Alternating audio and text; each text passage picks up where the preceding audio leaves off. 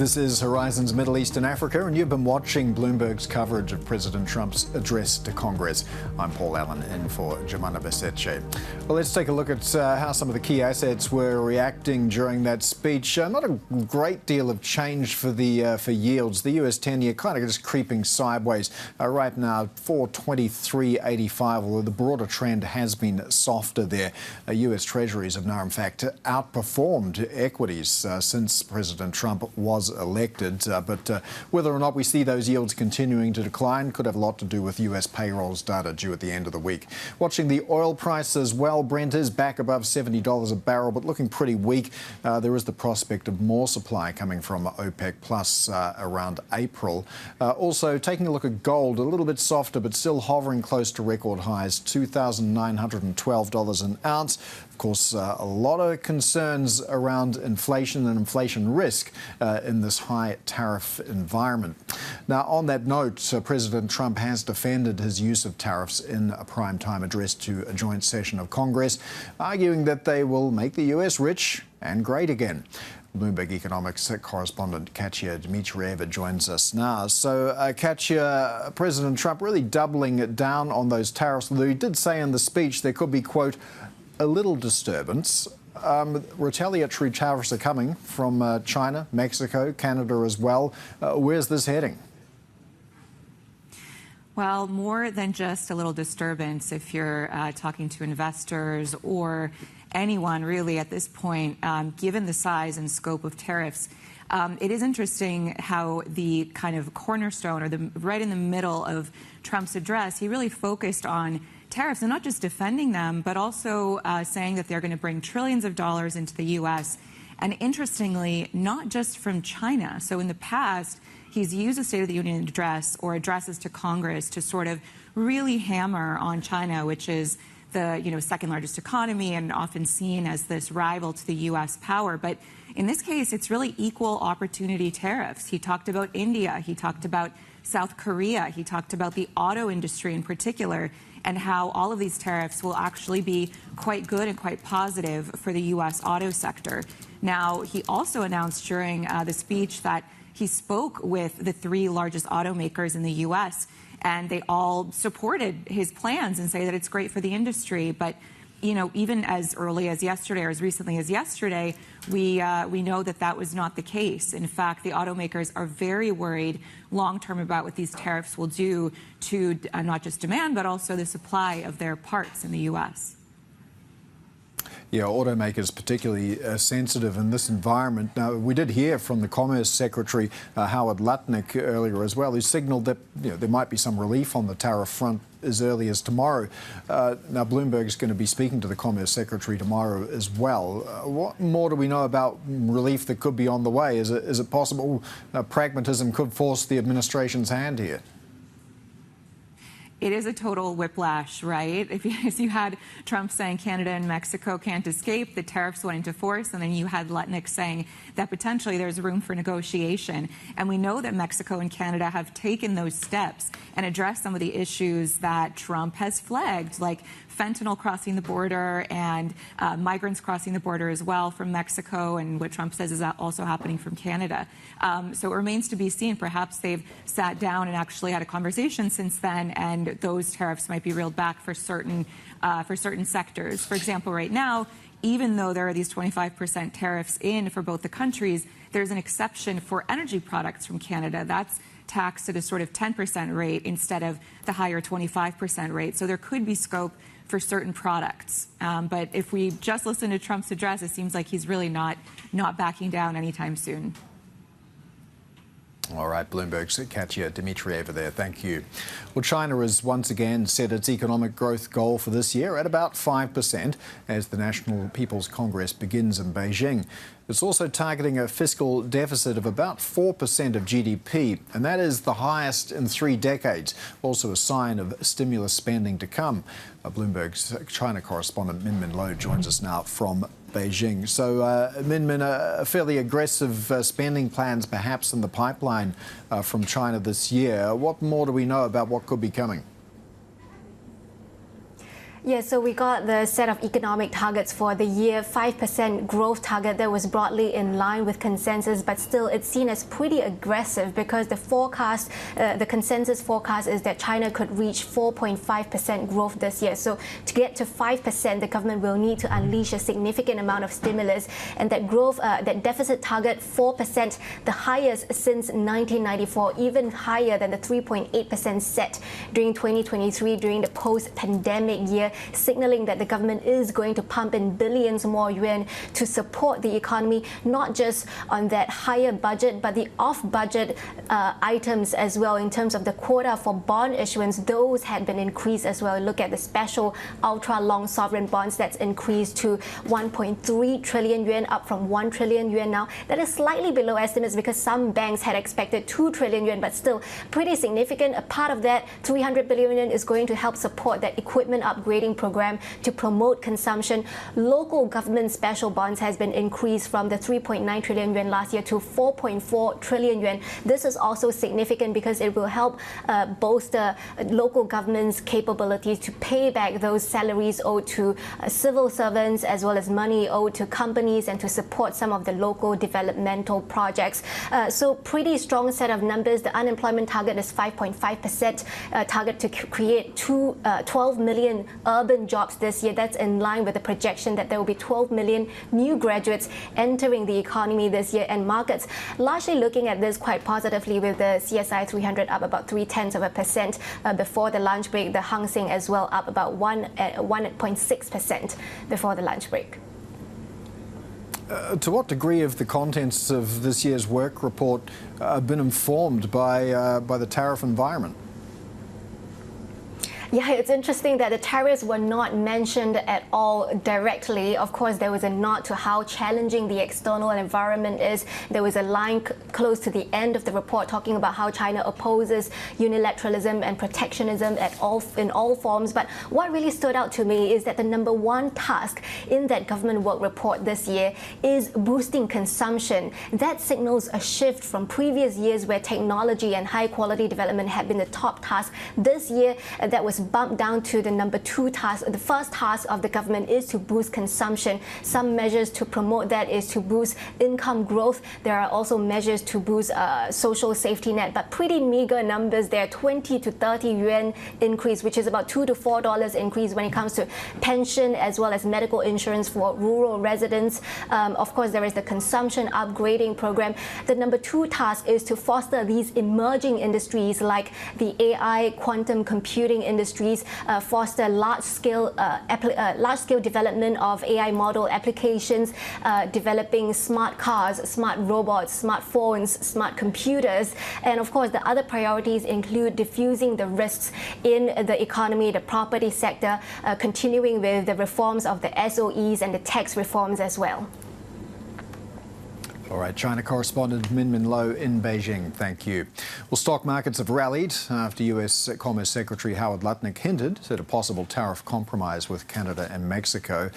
We've also got Hong Kong shares leading gains in Asia. The Hang Seng better by about 1.6% right now. The CSI 300 also rising by about 1/3 as China's new economic targets spur bets on further stimulus.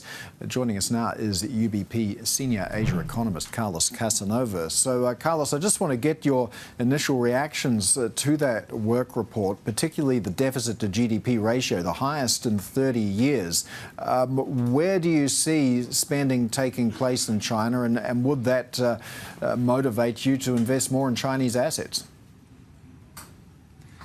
The market is definitely interpreting the news positively, as we have seen this morning in Asia.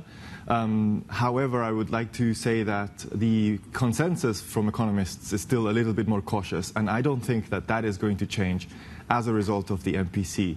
So indeed, we have seen a much higher fiscal deficit target of 4% of GDP.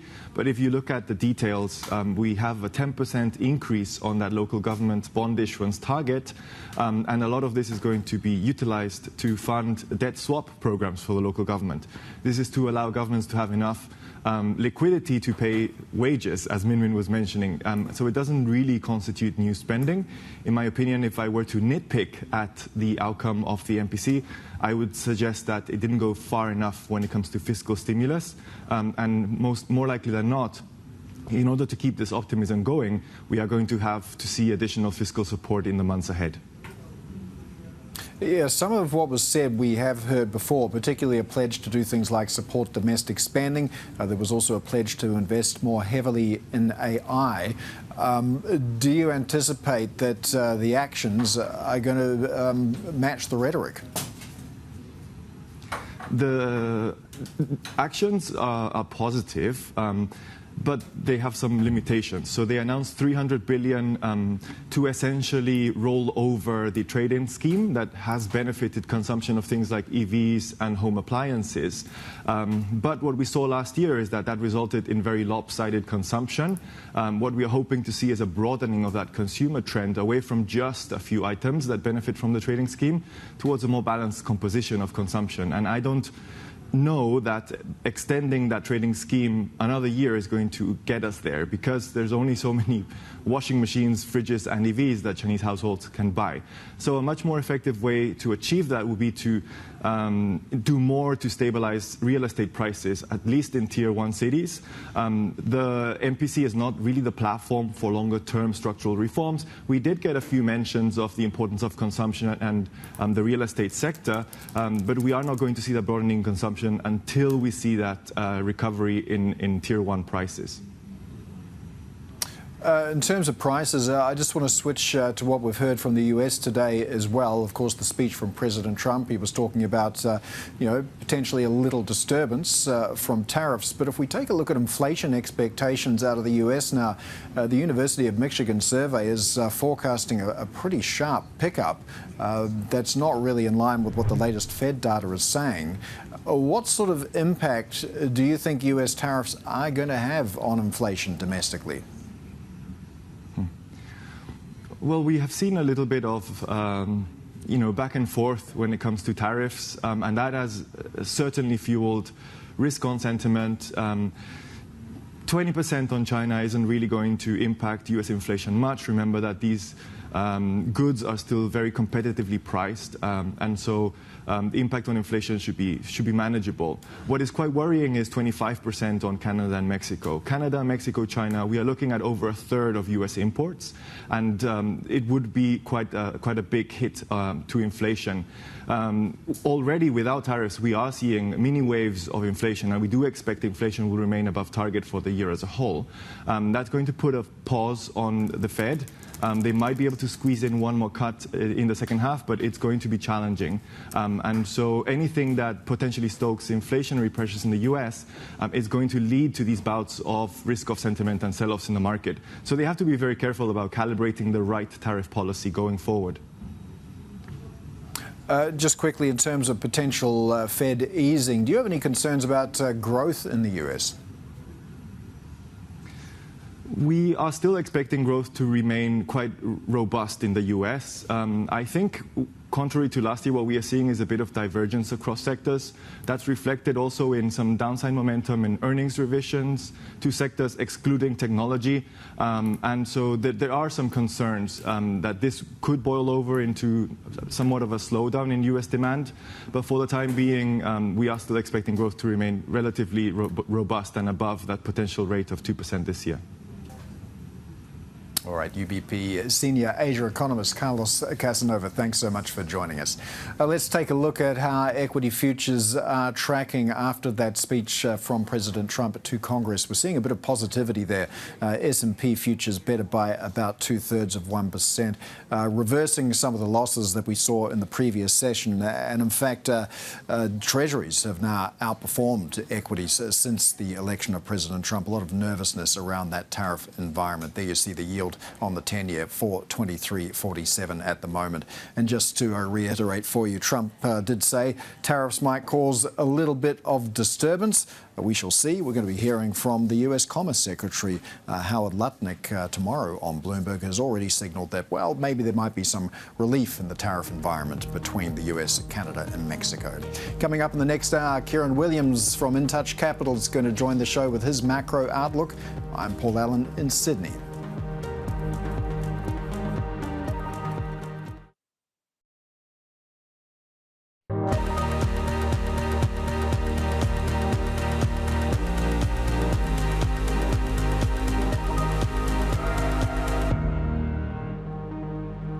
This is Horizons Middle East and Africa, our top stories this morning. Whatever they tariff us, we tariff them. President Trump doubles down on his trade policy as he addresses a joint session of Congress.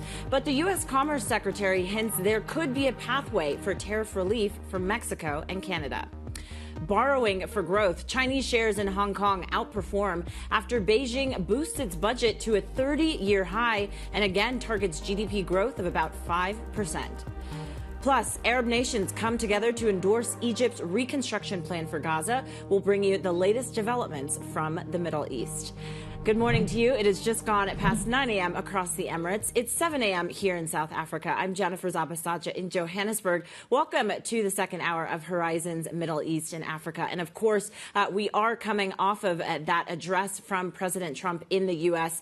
Markets still trying to digest a lot of the commentary that we got from him, but still not showing much action if we take a look at where they are right now, especially if you consider a lot of the wild swings that we did see on Tuesday from the market. So let's just dig in to where they're positioned ahead of the trading day. As you can see from U.S. equity futures pointing towards a higher open rate there. S&P futures up just over 0.6%. And a lot of the wild swings that we did see on Tuesday happened across asset classes.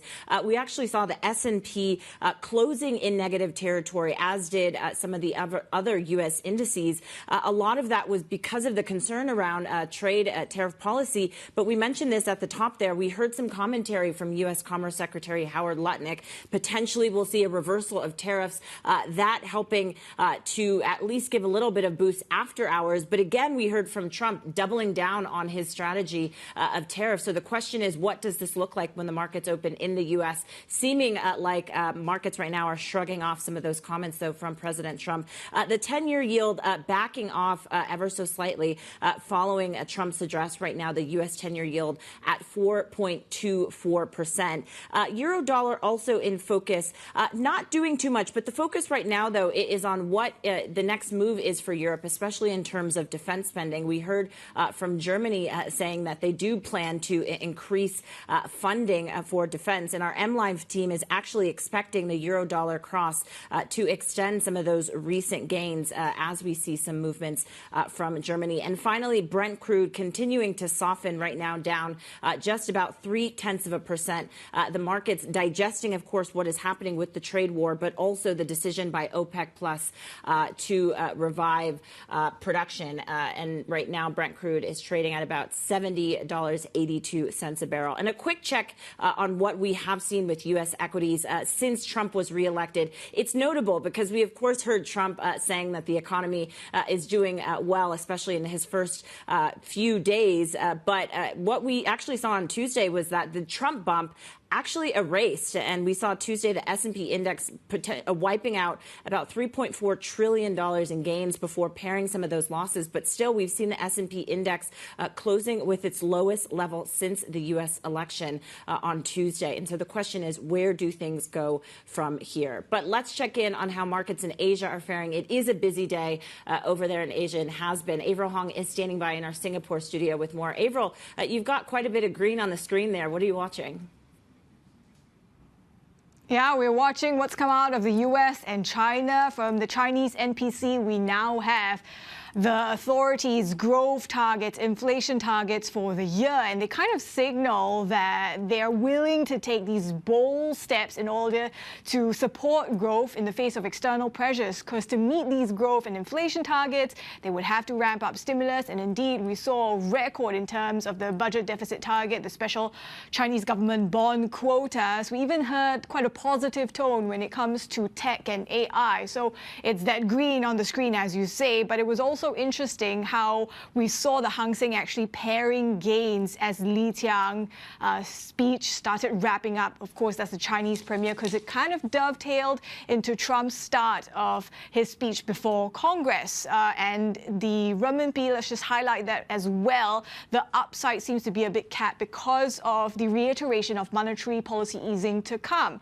Now, as I say, it was also about Trump. And when it comes to the tariffs, we heard how he reiterated reciprocal tariffs. But if you look at the region's benchmark, it actually paired, then extended gains as he spoke, maybe still running on the idea that we can see tariff relief. Jen. We'll check back in with you in just a bit. Avril Hong in Singapore for us. Avril, thanks so much.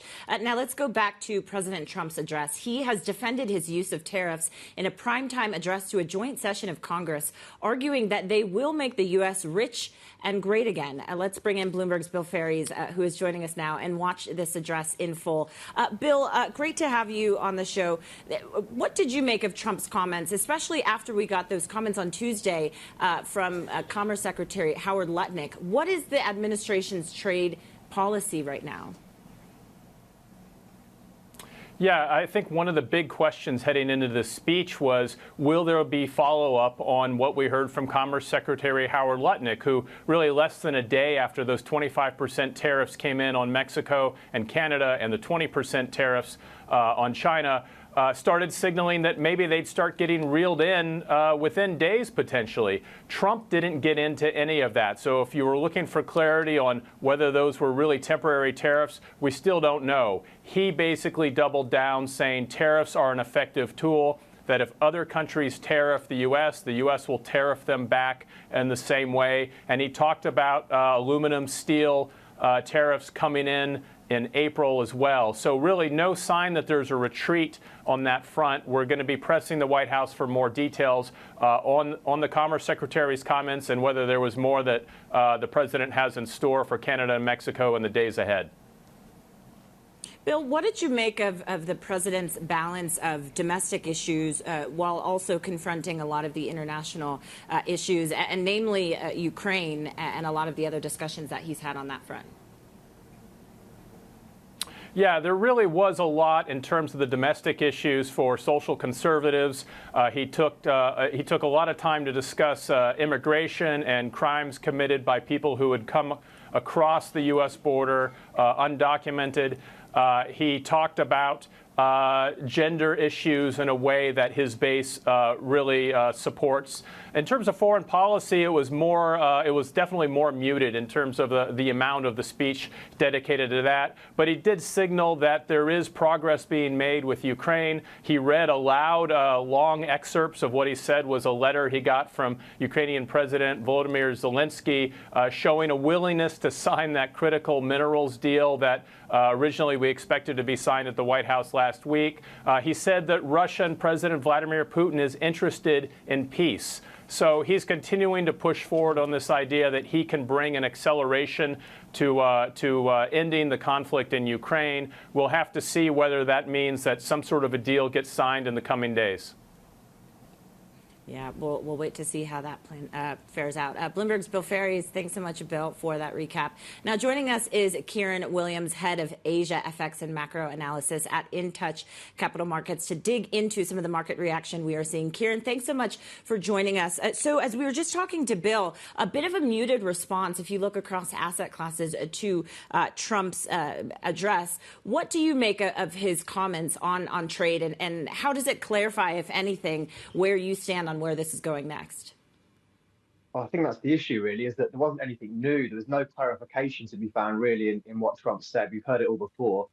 I actually think that what Lutnick said, the Commerce Secretary, just muddies the waters a bit, and people will really be looking now for any clues that there will be any moderation in those Canada and Mexico tariffs. And if there isn't, then potentially some disappointment on the cards.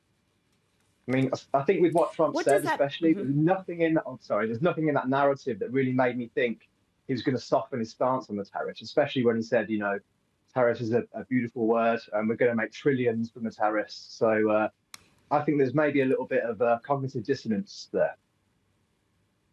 What does that mean then across asset classes, Kieran, if we can? We mentioned a lot of the Trump bump that we saw from the initial election has faded. Do we continue to see more weakening on the horizon? I think it's quite possible. Obviously, from a technical perspective, we are getting close to that 200-day moving average in the S&P.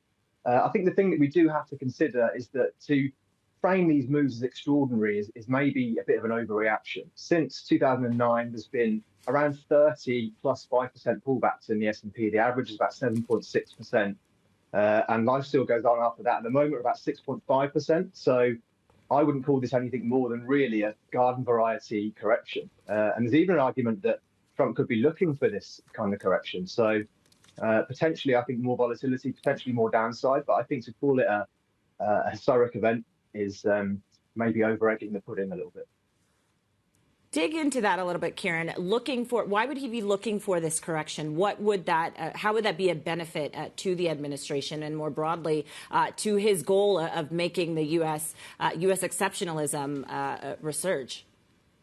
Well, I think there's an argument that Trump is actually trying to engineer a recession in order to enact sort of part of his Trump 2.0 policy. We've already heard from Besant, the Treasury Secretary, and he said that we're focusing more on Main Street rather than Wall Street. Obviously, we've seen the 10-year yield come down around 70 basis points. So I think that's probably the mechanism that they're going to try and use to appeal to Trump's base. Kieran, let's dig into the other big story that we're following today, and that is China's NPC meeting. We've heard quite ambitious targets by the nation.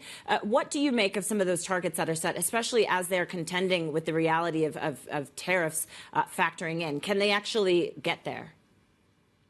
I think the 5% growth target is tough. Obviously, there are questions around how accurate the actual growth estimates out of China are. I think I've seen a Bloomberg survey today that around 4.5% is the consensus for the growth.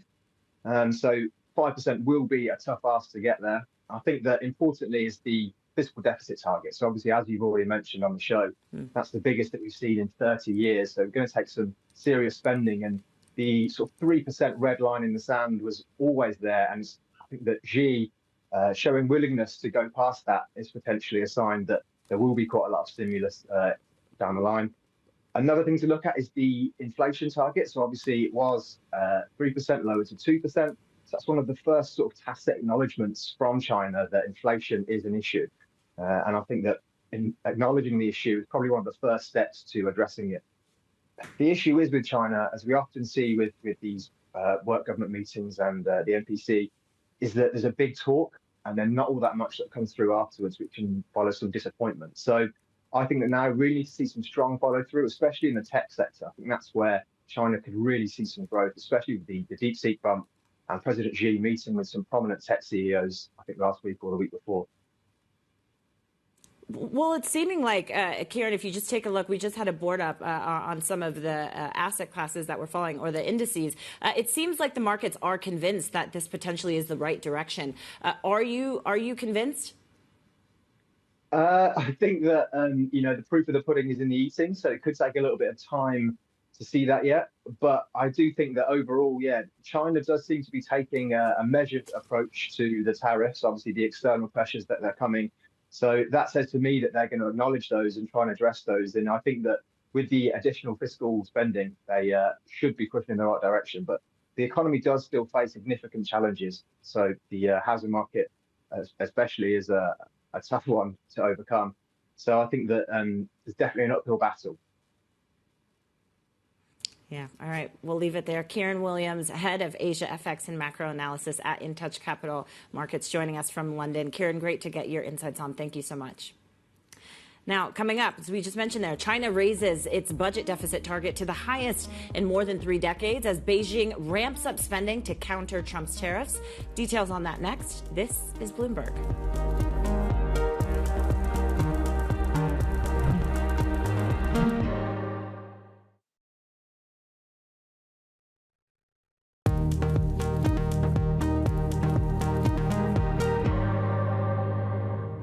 Welcome back to Horizons Middle East and Africa. I'm Jennifer Zabasaja in Johannesburg. China has set its economic growth goal for this year at about 5%, with a fiscal deficit target of around 4% of GDP. Bloomberg's chief North Asia correspondent, Stephen Engel, is joining us now. Stephen, give us some insight into your takeaways from these initial comments and these targets that were set by China. Yeah, well, so the leadership here, led by, of course, Premier Li Qiang, who gave the work report in the building right here, which is the Great Hall of the People. Of course, we're just across the street here from Tiananmen Square and the Forbidden City behind me. They basically beat expectations, or met or beat expectations that we had leading into the National People's Congress. And that's why the markets responded the way they did. I mean, that's a pretty bullish outlook for GDP growth of around 5%. It's the same target that they set last year and met by the end of the year. And that's without a Trump trade war. So everyone is kind of saying, well, with this trade pressure coming and tariffs, where are they going to find that growth? Well, that's why, as you mentioned, they did lift the fiscal deficit target to 4% of GDP from 3%. They like to be a lot more prudent. They don't want to run up debt levels. That's been a consistent theme of late. But there are pressures that are facing in the Chinese economy that they have to address, and they must find viable market here domestically for what some have claimed to be overcapacity in many industrial products and a less reliance on exports. So they must boost domestic consumption, domestic demand, and to do that, they are going to unleash a fiscal stimulus, trillions of yuan into this economy, as well as alleviate the debt burden at the municipal and provincial level. The central government will take on more sovereign bond issuances and take on more of that debt burden, and also, of course, raise that ceiling. So they're still fairly bullish about the economy, despite the external and internal. Keep in mind, the property sector is still sluggish and has not necessarily put a floor on their several years-long problem. So, but they're bullish. Stephen, why didn't we hear any direct targeting of what the Trump administration has said or is planning to enact as far as it goes with tariffs on China? Well, we did from the Ministry of Commerce yesterday. They had the retaliatory measures to the tune of $22 billion on a number of different U.S. products, mostly agricultural products like sorghum and soybeans and corn, beef, wheat, cotton, and the like. So the Ministry of Commerce will directly comment on that. I did not expect Li Qiang to mention the United States or the tariffs, other than the external situation is quite challenging. I paraphrase, of course. Now, you know, after 2024, they were very bullish about that year. Of course, they met the target. And he did say achieving that growth rate in 2024 did not come easy, quote unquote. And he did mention the headwinds internationally, as well as acknowledging the weak consumer domestic demand. So he didn't go through that hour-long speech without addressing the external situation. They just did not name the tariff situation or the Trump administration by name. But obviously, it's at the backdrop of a lot of this stimulus. Certainly. Bloomberg's chief North Asia correspondent, Stephen Engel, for us there on the ground. Stephen, thanks so much for your reporting and for joining us. Now, coming up, Arab leaders endorse a plan which aims to counter U.S. President Donald Trump's controversial ideas on Gaza. We have the details next. This is Bloomberg.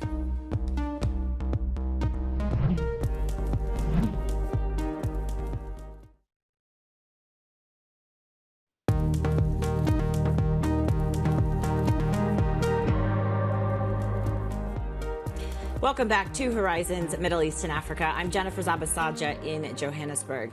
To the Middle East now, where leaders of Arab countries have endorsed Egypt's Gaza reconstruction plan in an effort to counter President Trump's proposal for a U.S. takeover of the Strip. An Arab League emergency summit backs the 5-year, $53 billion plan, but it still faces hurdles, including disagreements over governance, security, and the future of Hamas. Joining us now is Sam Dagger. He is Bloomberg's senior Middle East reporter and covered this summit for us. So, Sam, dig into some of the details that were agreed on and where there are still potential gaps and hurdles moving forward.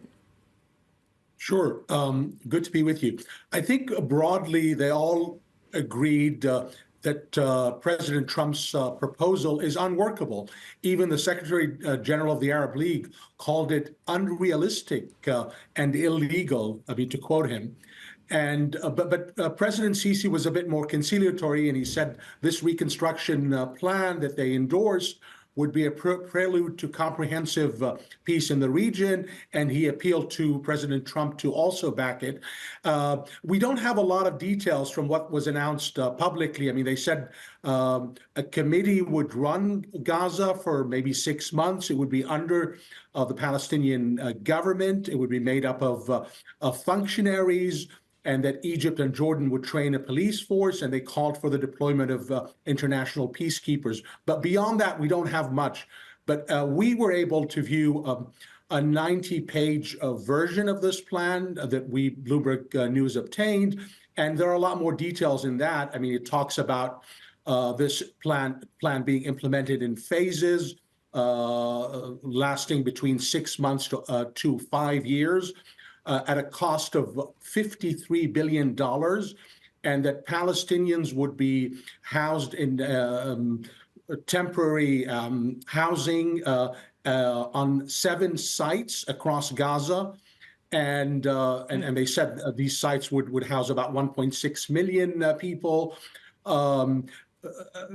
They also, in his speech yesterday, President al-Sisi said that Egypt would host a Gaza reconstruction conference next month, and that a fund would be created for reconstruction, and he urged his fellow leaders to contribute to that. But obviously, a lot of challenges remain.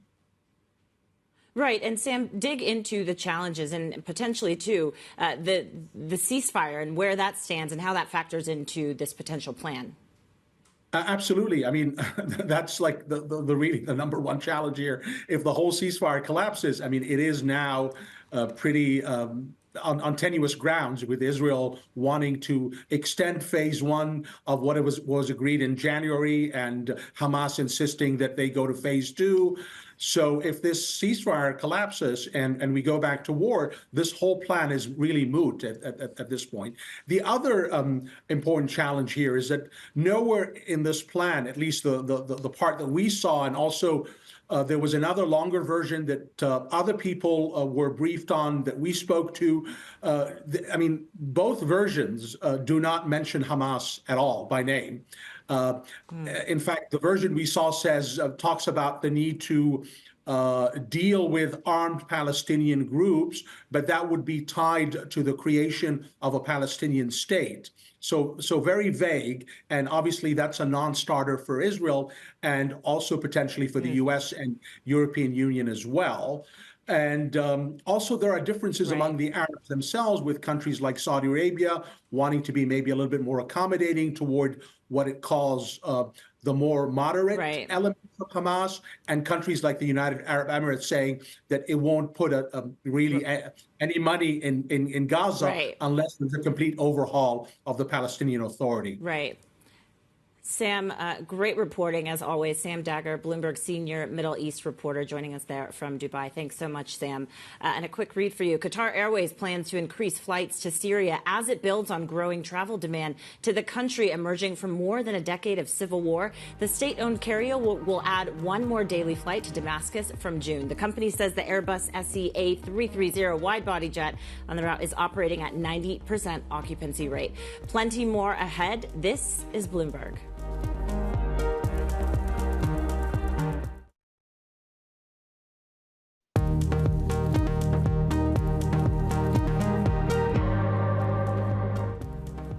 This is Horizons Middle East and Africa, our top stories this morning.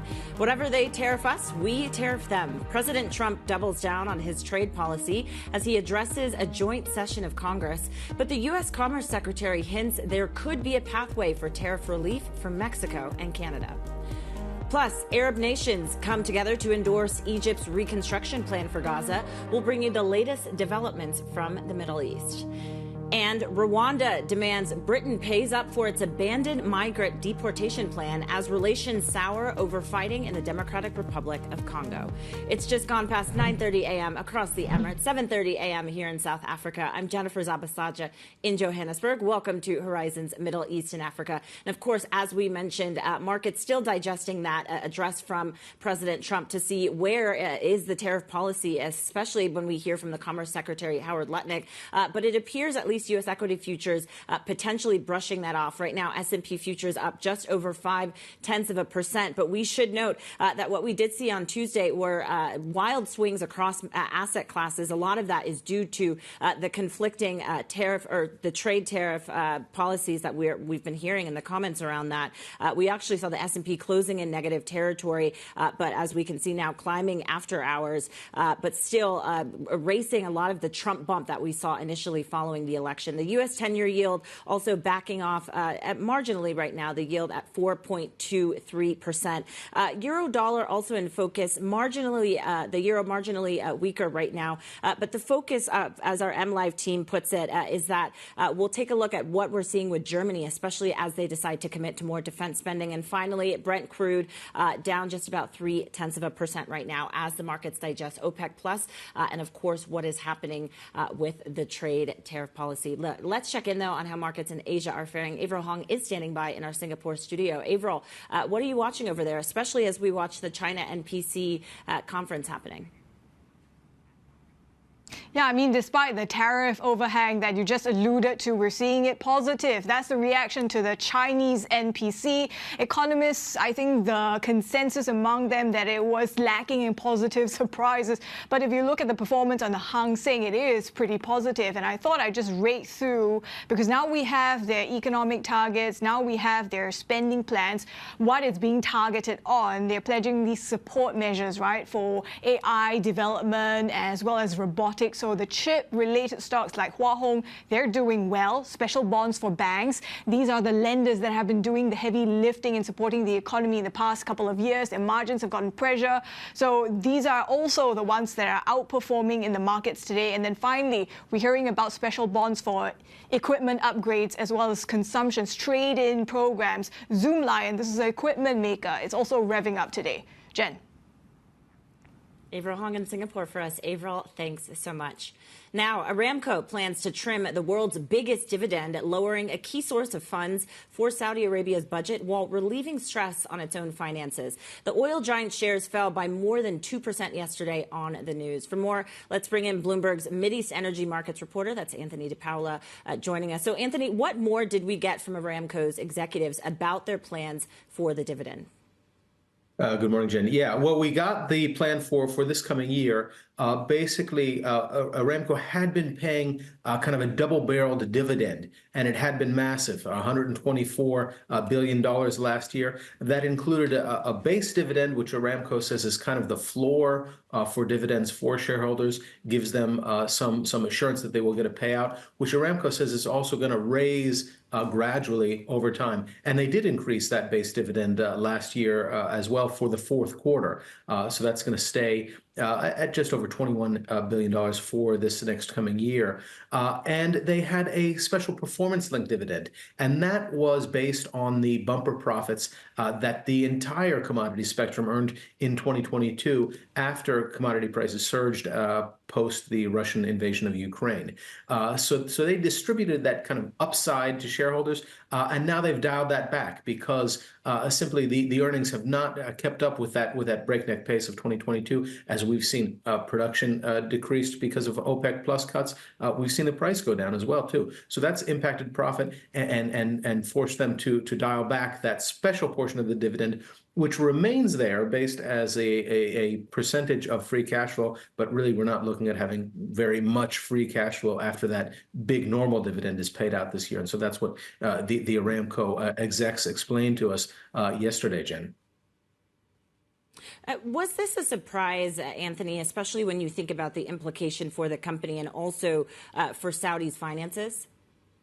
Yeah, so it goes in two different ways. It's the implication for the company is that they've got less strain on the balance sheet because they did go into net debt last year because they were supporting this massive payout, and they did use up some of the extra cash that they had built up. So they've swung back into a net debt position. But of course, that big payout does help support Saudi government funds. So what it means here is that Aramco is going to have a little bit less strain on their budget, but possibly they will increase debt this year anyway. They've got already a very low debt level, and the CFO said yesterday on a conference call with analysts that they would like to do more borrowing this year to kind of increase that relationship between debt and equity to have a little bit more firepower there. So they will probably go ahead increasing debt this year. Whether that turns out to be additional transfers to the government is unclear. Some people did think that they might issue debt to allow those payments to continue. So there was a little bit of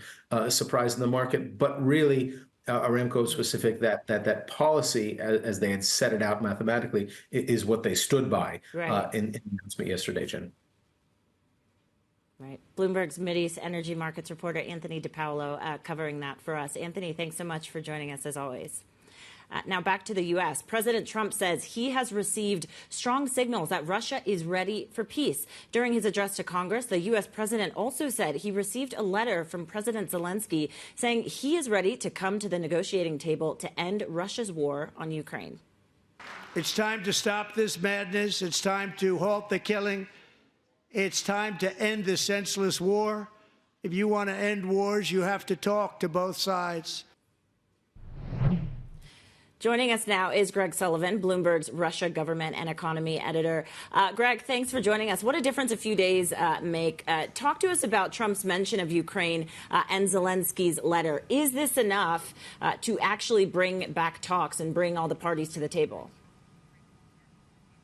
Well, that's right. Trump did bring this up in his State of the Union address last night. He said he appreciated that Zelensky had sent him this letter, which apparently mirrored a social media post in which he said that he regretted how the Oval Office meeting went last week. Now, Trump stopped short of actually announcing that he would reinstate U.S. support for Ukraine, and he obviously did not announce a new mineral deal, but clearly the door is still open to both. And indeed, we did hear from other senior officials, such as Vice President J.D. Vance, that the door for a minerals deal will still open, and that reinstating U.S. military support for Ukraine was on the table. Now, whether that means that we're going to see another Trump and Zelensky meeting remains to be seen. It was a pretty bad showdown in the White House. The two don't have a particularly warm relationship, but there is still apparently room for engagement between Ukraine and the White House.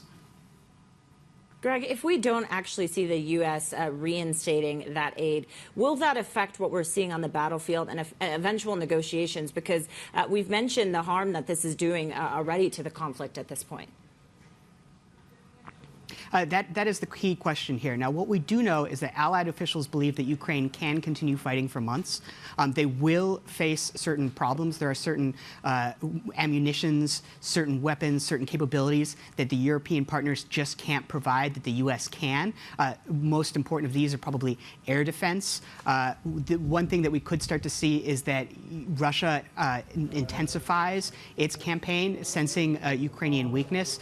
They've been making slow, grinding progress at great cost in the East, but they see that as strengthening their hand at any future negotiating table. So they're likely to try to capitalize on that if Ukraine is suddenly weaker or has less ability to defend itself. So there's definitely going to be an impact on the battlefield, but it won't necessarily be catastrophic, at least in the short term. And that will eventually trickle up to the negotiating table, either strengthening one side's hand over the other or compelling a side to the negotiating table that had previously been reluctant. So very important there, and something we're watching very closely. Yeah, Greg Sullivan, Bloomberg's Russia government and economy editor. Greg, thanks so much for joining us and for that update. Let's turn back to the region here. South Africa's economy expanded at the slowest pace in 4 years in 2024. GDP grew 0.6% compared to 0.7% in 2023, the worst performance since the height of the pandemic in 2020. Most sectors failed to contribute to growth because of logistical constraints, weak consumer spending, a drought, and poor fixed investment. And sticking in the region, Discovery has posted a 34% increase in first half headline earnings on growth in its South African health insurance business and Vitality franchise in the UK.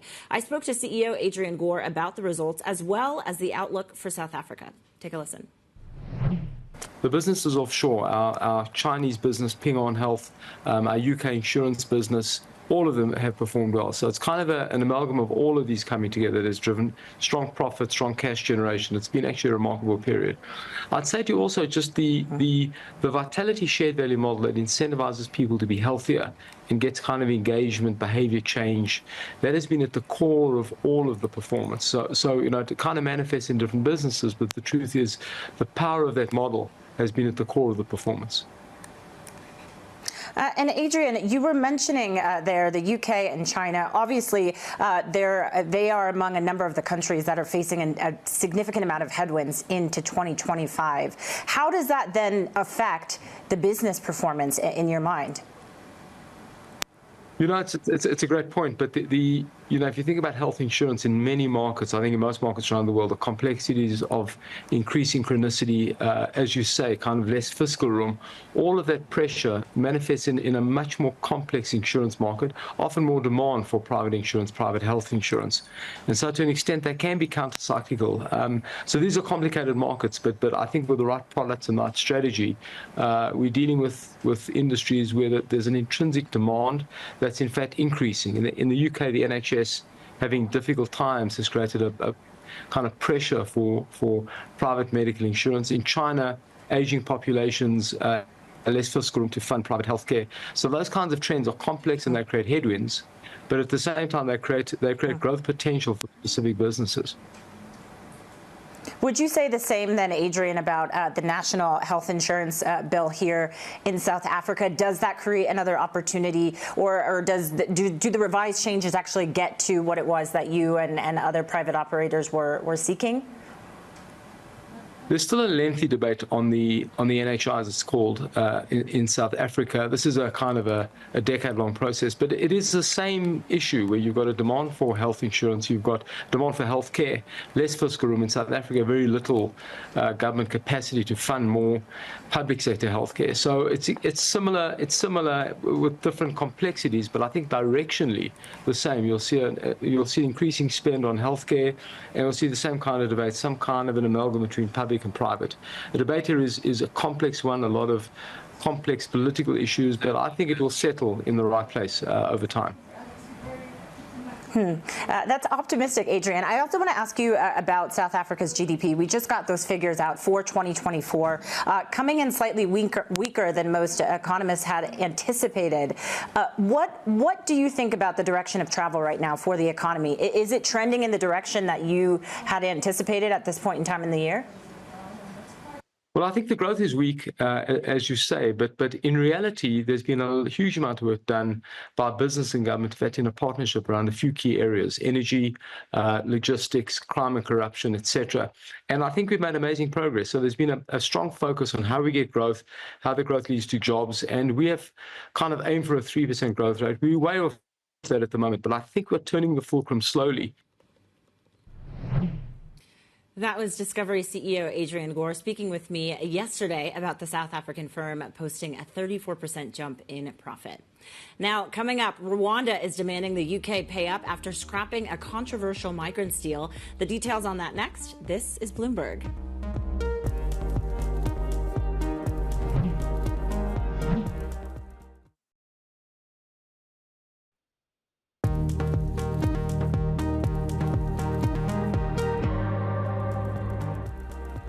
Welcome back to Horizons Middle East and Africa. I'm Jennifer Zabasaja in Johannesburg.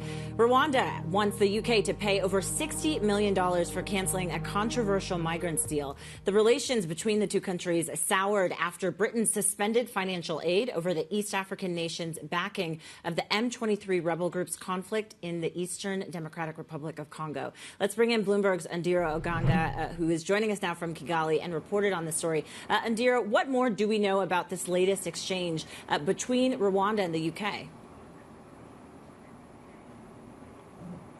Hi, Jen. So what we know is that the government spokesperson, Yolande Makolo, took to Twitter to say that UK had asked Rwanda to quietly forgo the payment due to the trust and faith that has been existing between the two countries. But now that the UK is imposing sanctions on Rwanda, then that trust has been breached and Rwanda will be pursuing additional payment.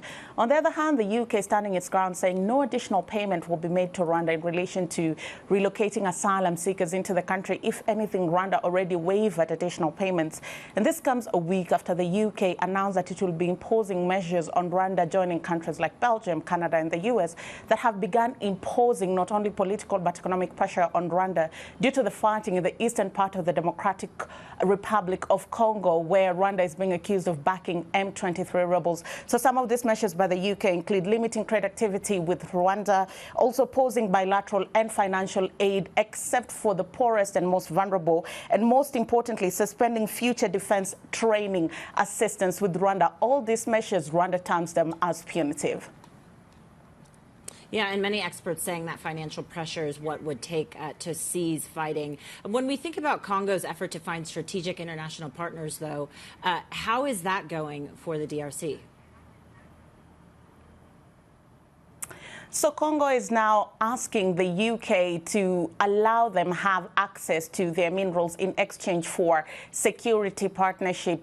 In a letter written to the Democratic Republic, in a letter rather written by the Democratic Republic of Congo to the U.S., Congo says that they're the biggest producers of lithium, cobalt, tin, tantalum, which are minerals very integral for U.S. industrial competitiveness and also their national security. And in exchange for exclusive extraction and also export rights, Congo wants the U.S. to give them training, equipment for their army, and also direct security assistance. And this just speaks to the growing desperation in the Democratic Republic of Congo. M23 is growing stronger, the army is weaker, the country is getting divided by the day. And even though President Donald Trump and the U.S. administration might be open to discussing this partnership, a deal is still a long way off because Congo has always had trouble attracting U.S. companies because of issues like corruption, labor issues, and also environmental degradation.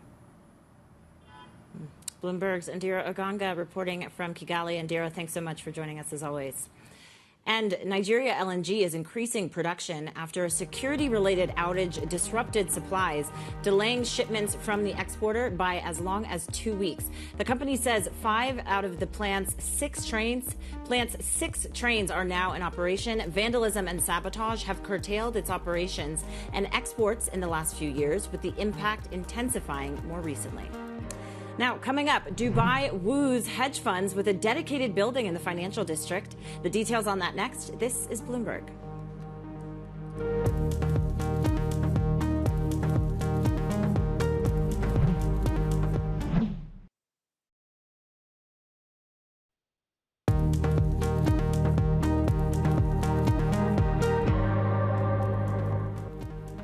Welcome back to Horizons Middle East and Africa. I'm Jennifer Zabasaja in Johannesburg. Dubai is opening a building dedicated to hedge fund startups looking to expand into the city. The 10,000 square foot DIFC Hedge Fund Center will open by the end of April. Joining me now is Bloomberg's Hema Parmer, who reported on this story. Hema, tell us a bit about this hedge fund dedicated building and the significance of it, really. Yes, so it's the first hedge fund dedicated space in Dubai. Hedge funds have been flocking to the region, and they're set up in a number of different buildings here. This is the first one that will be really focused on hedge funds, and not just any type. The smaller emerging startup funds is going to provide space that's a little bit more of a plug-and-play situation with desks set up, and so emerging managers can come here in smaller groups, get a lay of the land, test it out, and then if they do want to scale up further, then they can grow into more space later. Does this mean Dubai is shifting their thinking about hedge funds and the role in which they play in the nation? I think it shows really a maturation as well and a growth in the kind of hedge funds that are eyeing this space and the kind of hedge funds that Dubai is looking to attract. So we've seen the huge giant hedge funds really flock to this space. A lot of the biggest names in New York now have outposts here. But what this is showing us is that the smaller emerging funds, these newbie startup funds, are looking at the region, considering moving over, and the DIFC, the Dubai Financial Center, they went on a roadshow to New York and to Miami and found a number of newbie emerging funds that were interested. And so this space already has a wait list of funds looking to move here. And what it shows is the next step in the kind of funds that are looking at the region and some material moves in them shifting here. And we see similar plays happening in Abu Dhabi as well as Dubai. What's the draw, really, Hema, for these hedge funds? Yes, a number of things. The tax-free environment is very attractive to these spaces and to these players. They make a lot of money. They will be able to do so tax-free in this region. It's also, the lovely weather. You get a lot of perks from moving out here, and you can trade across a number of regions very easily. And so those things together are really, really attracting both the big managers and now, as we're seeing, the smaller new ones too. All right, Bloomberg's Hema Parmer joining us there from Dubai. Thanks so much, Hema. Great to get your reporting on things. Now, for a look at some of the other stories we're following this morning, Bloomberg has learned Goldman Sachs is set to start its annual round of job cuts, moving the exercise earlier in the year after previous reductions took place in the second half. The lender is said to be cutting between 3 and 5% of staff, in line with prior moves. The Wall Street Journal earlier reported the bank will focus on reducing vice presidents after it added too many in recent years. The governor of New Zealand's Reserve Bank, Adrian Gore, has resigned. The surprise announcement that he's departing 3 years early sent the Kiwi lower. Gore says he leaves with consumer price inflation at target and an economy in a cyclical recovery. And Turkish authorities are reported to have detained 17 people as part of an investigation into allegations of manipulative price moves in the country's stock market. According to local broadcaster NTV, the probe is focused on alleged attempts to artificially influence share prices. Turkey launched the investigation following a sharp stock market drop on February 21st. And a quick check at where markets are positioned ahead of the trading day. As you can see, some green on the screen, at least for U.S. equity futures as well as Eurostock 50 futures. We did see at least U.S. indices closing in negative territory on Tuesday, but getting a bit of a relief rally after we heard from Commerce Secretary Howard Lutnick about trade tariff reversal. Now the question is, where does this go from here after President Trump made some different commentary during his address? So we'll see how that pans out for the rest of the trading day. But that is it for Horizons, Middle East and Africa. I'm Jennifer Zabasaja in Johannesburg. Stick with us for Daybreak Europe. This is Bloomberg.